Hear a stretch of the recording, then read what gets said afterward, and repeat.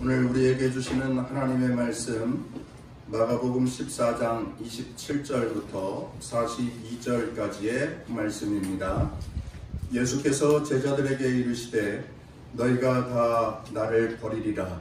이는 기록된 바 내가 목자를 치리니 양들이 흩어지리라 하였음이니라. 그러나 내가 살아난 후에 너희보다 먼저 갈릴리로 가리라. 베드로가 여짜오되 다 버릴지라도 나는 그리하지 않겠나이다.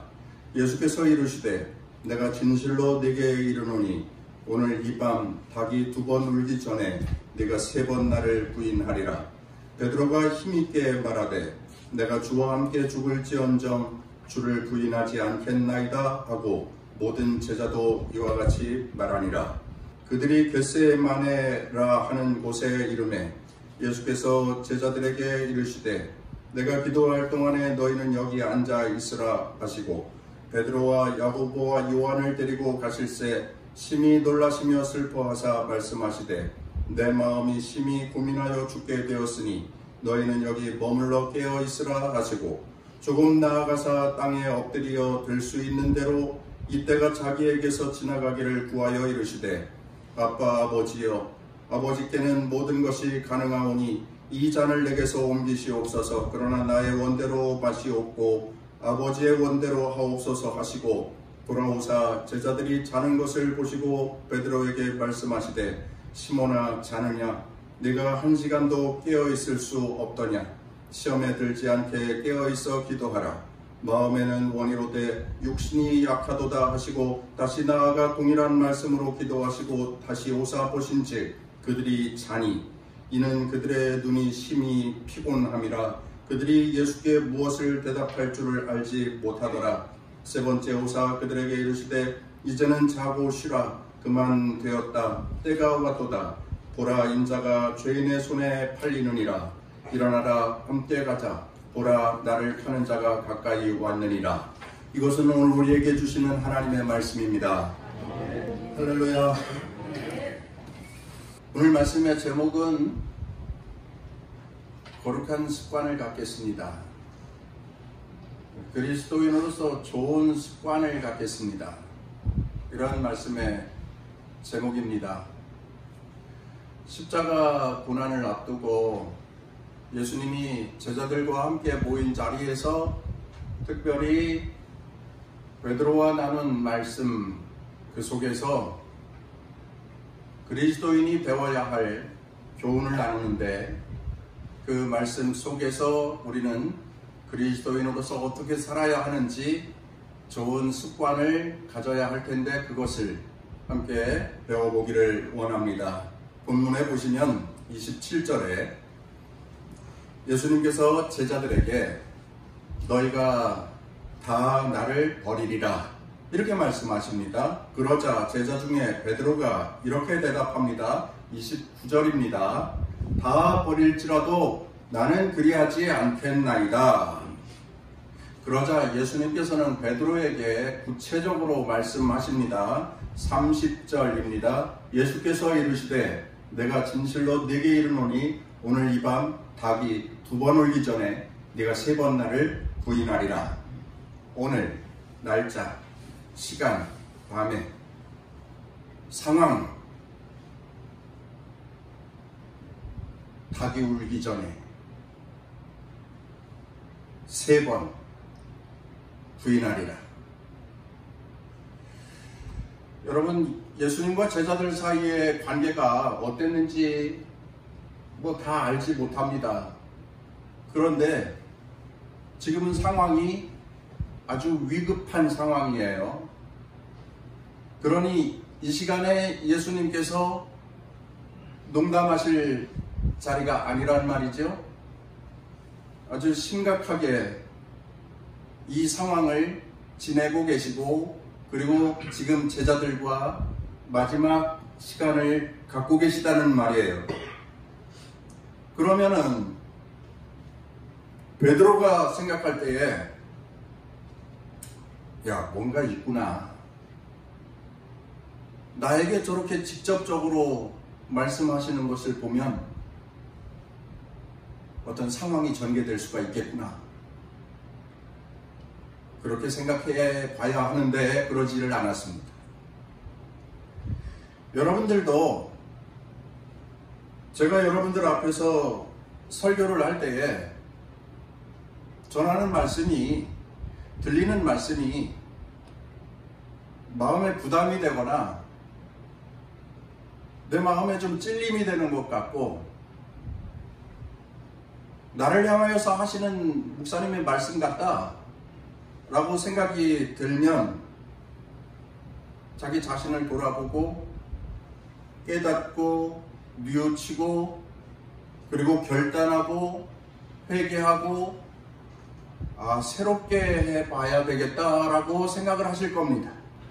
목회자가 하는 설교는 대중들 다수를 향하여서 하는 설교이지만 듣는 분들은 한 분 한 분이 내게 주시는 하나님의 말씀이라고 여기고 그 말씀을 들어서 그 말씀 따라서 내 삶을, 내 신앙의 삶을, 내 믿음의 상태를 새롭게 갱신해 가도록 힘쓰고 노력하는 것, 그리고 결단하고 실천하는 것, 그런 성도가 성숙한 성도요, 또 칭찬받을 만한 그리스도인인 것입니다.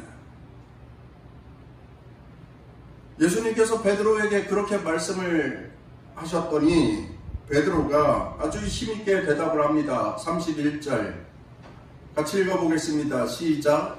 베드로가 힘있게 말하되 내가 주와 함께 죽을지언정 주를 부인하지 않겠나이다 하고 모든 제자도 이와 같이 말하니라.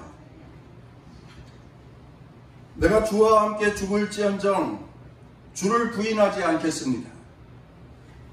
그렇게 당당하게 말했습니다. 그랬더니 주변에 있었던 다른 제자들도 저도요, 저도 그러겠습니다, 이렇게 말했다, 이렇게 말합니다. 그런데 우리는 이 부분의 결과를 우리는 압니다. 베드로는 예수님이 말씀하신 대로 그날 밤 계집종 앞에서 3번 예수님을 부인하였고 그때 닭이 울었다 하는 것을 우리는 알고 있습니다. 내가 주와 함께 죽을지언정 나는 그러지 않겠습니다 라고 말했던 베드로의 결단과 다짐이 무색할 만큼 그 결단이 허망하게 무너지는 모습을 우리는 알고 있습니다.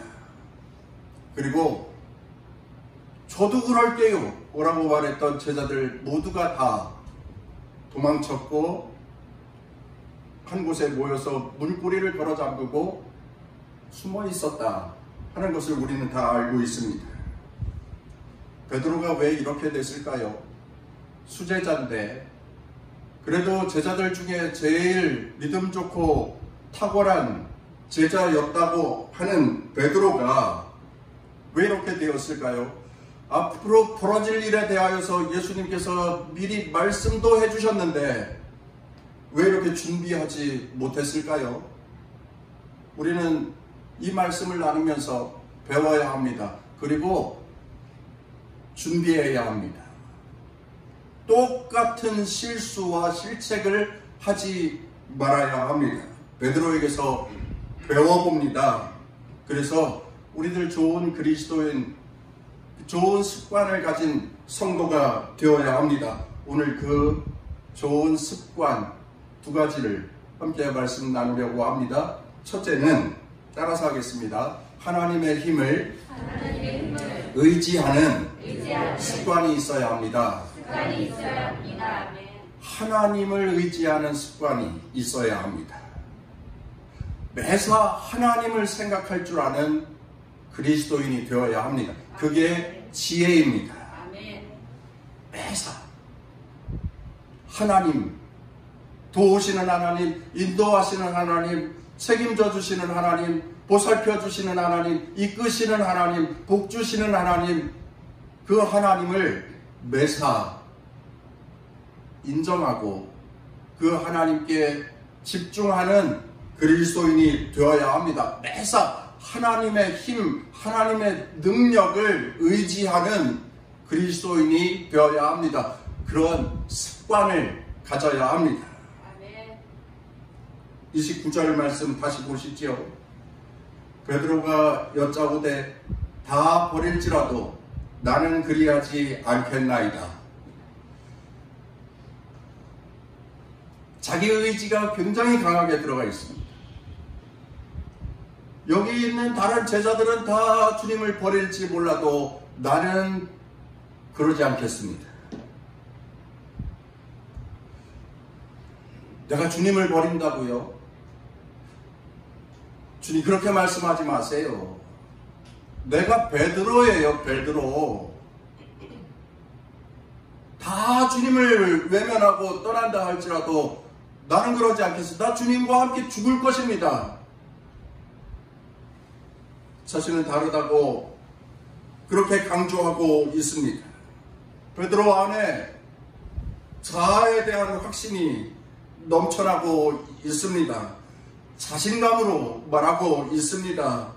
그 자신감이 있었기 때문에 예수님의 말씀을 심각하게 받아들이지 않았다. 심각하지 않게 받아들였던 것은 그의 안에 있는 자신감, 조금 더 확대하면 자만심, 그것이 예수님의 말씀을 고지고대로 듣지 못하게 하였고 결국 그로 넘어지게 하였다라고 하는 것입니다. 자기 자신 안에는 절대로 예수님을 부인한다는 것은 생각할 수도 없었던 겁니다. 다른 사람이 그런다는 것은 이해할 수 있지만 내가 그런다? 절대로 나는 그러지 않을 건데, 그것은 있을 수도 없는 일이고 있어서도 안 되는 일인데 자신감, 나는 안 그래. 그런데 베드로는 이걸 몰랐네요. 자기 자신이 굉장히 약한 인간이라고 하는 것을,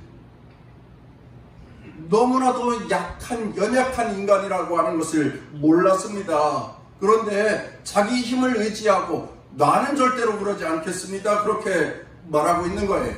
어떤 사람이 그렇게 이야기하대요. 그리스도인은 자신감으로 사는 존재가 아니라 주신감으로 사는 삶이어야 한다고. 무슨 말이에요? 자기 자신을 믿고 의지하고 사는 자가 아니라 주님을 믿고 의지하는 자가 그리스도인이다 라고 하는 이야기입니다. 내 삶의 주체는 내가 아니랍니다. 내 삶의 모든 인도자, 주권자는 하나님이십니다. 내 신앙도 마찬가지인 거예요. 하나님께서 내 신앙에 힘을 주시고 감동을 주시고 역사해 주시지 않으면 나는 아무것도 할 수 없습니다. 내가 직분을 가졌습니까? 내가 어떠한 임원이 되었습니까? 내가 어떠한 사명을 받았습니까? 주님이 주신 힘이 있어야 내가 그것을 감당해 갈 수 있습니다. 주님 내게 힘을 주시옵소서. 그런 고백이, 그러한 믿음의 고백이 있어야 하는 것입니다. 그리스도인의 삶은 이 고백에서부터 시작이 되는 거예요.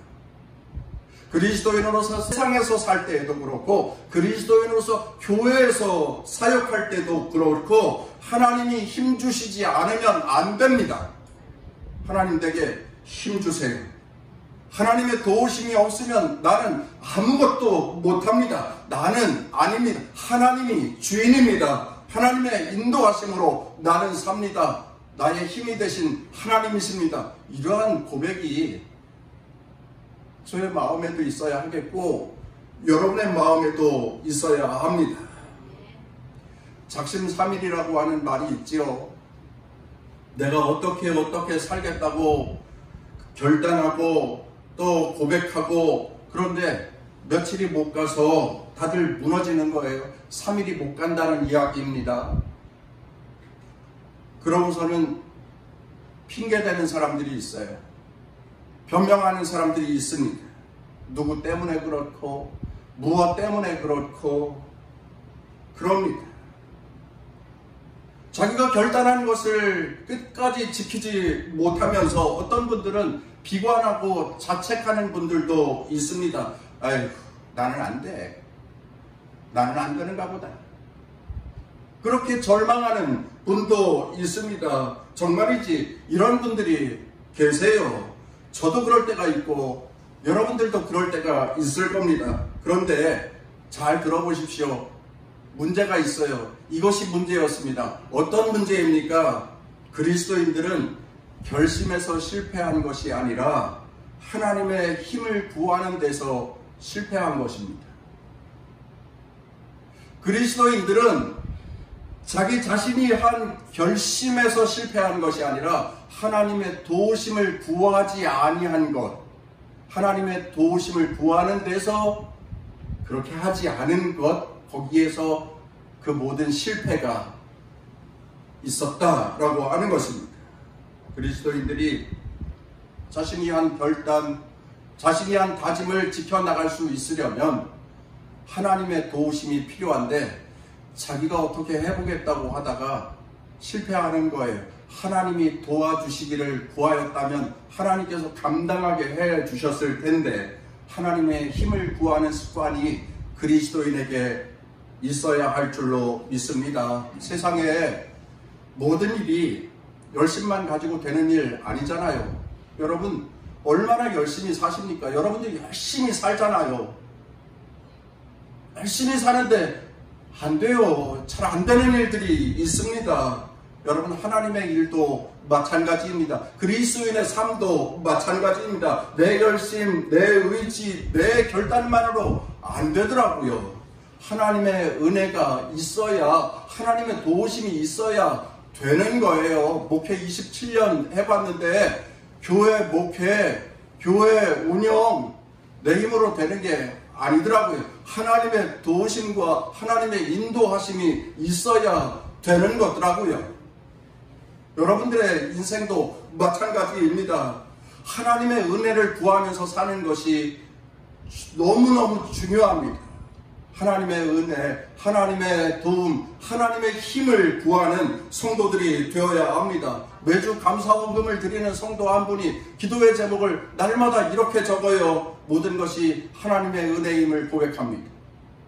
한 주간 살았던 것 하나님의 은혜였고, 일이 이렇게 진행되어진 것 하나님의 은혜였고, 나의 삶이 여기까지 왔던 것 하나님의 은혜였고, 하나님의 은혜였음을 고백합니다. 그렇게 기도의 제목을 적어 감사의 예물을 드립니다. 우리 모두가 다 이러한 고백을 드릴 수 있어야 합니다. 나의 삶의 이제까지의 삶, 또 앞으로의 삶, 전개되는 모든 상황 가운데에 하나님의 은혜, 하나님의 도우심, 하나님의 힘이 필요합니다. 그렇게 소원하는 성도들이 되셔야 합니다.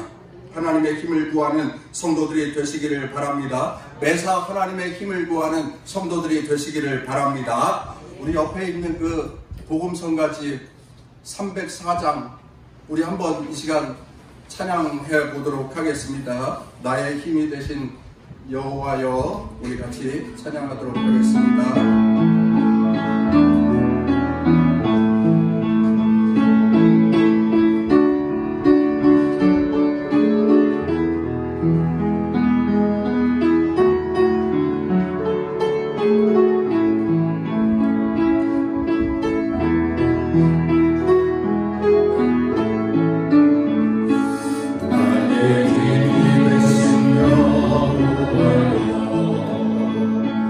내 가슴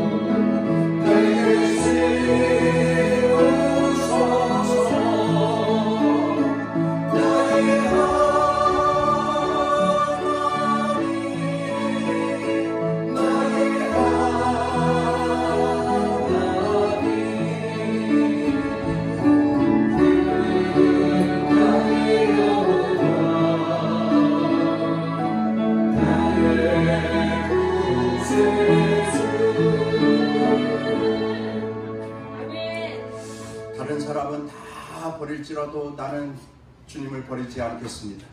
내가 주와 함께 죽을지언정 주를 부인하지 않겠습니다. 베드로는 이렇게 고백하였지만 자기 자신을 의지하고 있다가 실패했습니다. 주님의 도우심을 구하지 않은 커다란 실책이었습니다. 내 자신을 포기하고 내 자신을 내려놓고 주님의 힘을 구하는 거룩한 습관을 가진 그리스도인이 다 되십시오. 거룩한 습관으로 주님의 힘을 의지할 때에 주님께서 여러분의 삶에 은혜와 은총을 허락하여 주실 줄 믿습니다. 만사 이기면서 사는 성도들이 다 되시기를 간절히 바랍니다. 한 가지 더 배워보도록 하겠습니다. 따라하겠습니다. 기도하는 습관을 가져야 합니다. 38절 말씀을 보십시오. 시험에 들지 않게 깨어있어 기도하라. 마음에는 원이로되 육신이 약하도다 하시고, 예수님께서는 사람의 육신이 약하다는 것을 아셨습니다. 그래서 말씀하십니다. 기도하라. 깨어있어 기도하라. 여러분들도 다 잘 아시지만 나라고 하는 이 사람, 내 자아는 변덕이 심하다. 나는 안 그래요 라고 말씀하는 분도 계실런지 모르겠지만 대부분의 사람들이 그렇습니다. 오늘 이렇게 결단하였다가 불과 몇 시간 후에 그 결단을 파기합니다. 항상 내 육신을 따라서 편한 길을 택하고 쉬운 길을 택하고, 그리고 때로는 눕고 싶고 자고 싶고, 그것이 육신의 특징입니다. 밤에 잠잘 때에는 내일 새벽기도 꼭 나가야지 이렇게 생각하고 잠들었지만 새벽에 알람이 울리기 시작하면 알람 찾느라고 끄면서 오늘 하루만 더 자겠습니다 하고 잡니다. 그게 육신이에요. 너무 피곤해요. 너무 힘들어요. 나는 더 자야겠습니다.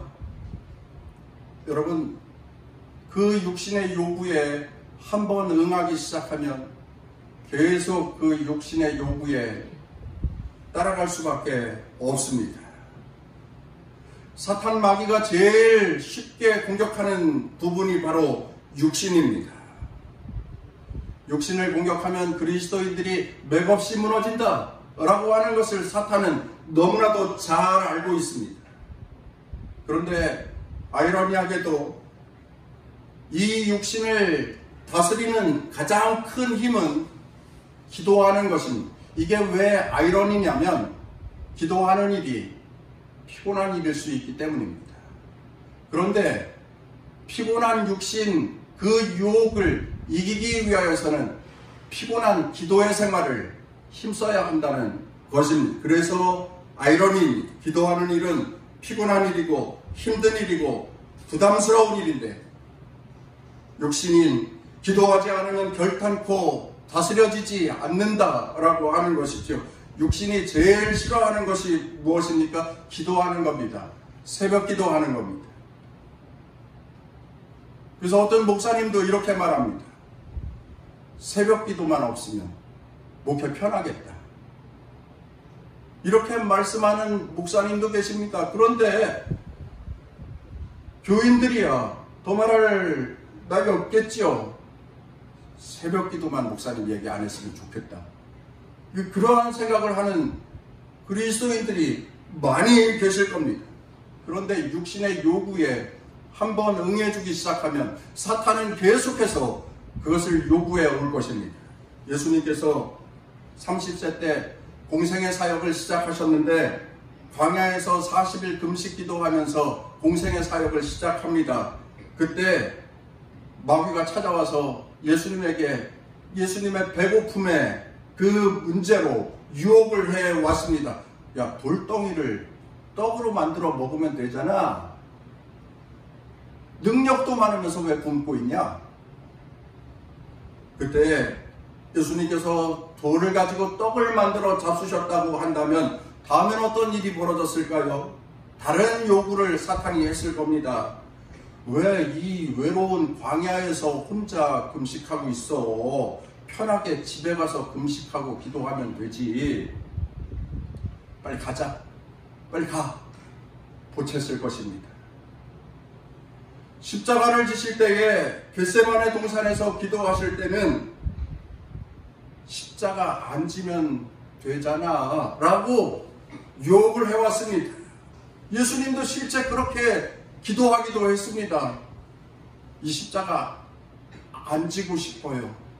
이 잔을 내게서 옮겨주세요 라고까지 예수님이 기도했습니다. 그런데 그것은 유혹이었어요. 그래서 예수님이 바로 수정하죠. 나의 원대로 되게 마시고 아버지의 뜻대로 되기를 원하나이다. 예수님께서는 기도하면서 마귀를 이겼고 예수님은 기도하면서 육신의 문제를 이겼다라고 하는 것입니다. 이것이 바로 오늘날 그리스도인으로 살 때에 육신이 당하는 유혹과 시험을 이길 수 있는 한 방법을 우리에게 제시해 주셨습니다. 육신을 다스리는 모범을 우리에게 말씀해 주신 거예요. 기도해라. 육신을 이길 수 있는 가장 큰 해답과 정답은 기도하는 것이다. 이렇게 말씀하는 거예요. 기도함으로 육신을 이길 수 있다라고 하는 거죠. 그런데 우리 읽은 말씀 32절부터 겟세마네 동산에서 예수님이 제자들과 함께 기도하는 그 장면을 보면 베드로는 육신의 유혹을 이기지 못했습니다. 베드로는 기도하지 않았습니다.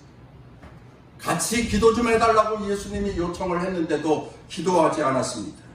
예수님이 따로 데리고 가서 너희들 좀 기도해다오. 내가 죽게 생겼다. 좀 나를 위해서 기도해다오 라고 했는데도 불구하고 베드로는 육신의 요구에 넘어지고 말았습니다. 사탄의 유혹에 넘어지고 말았습니다.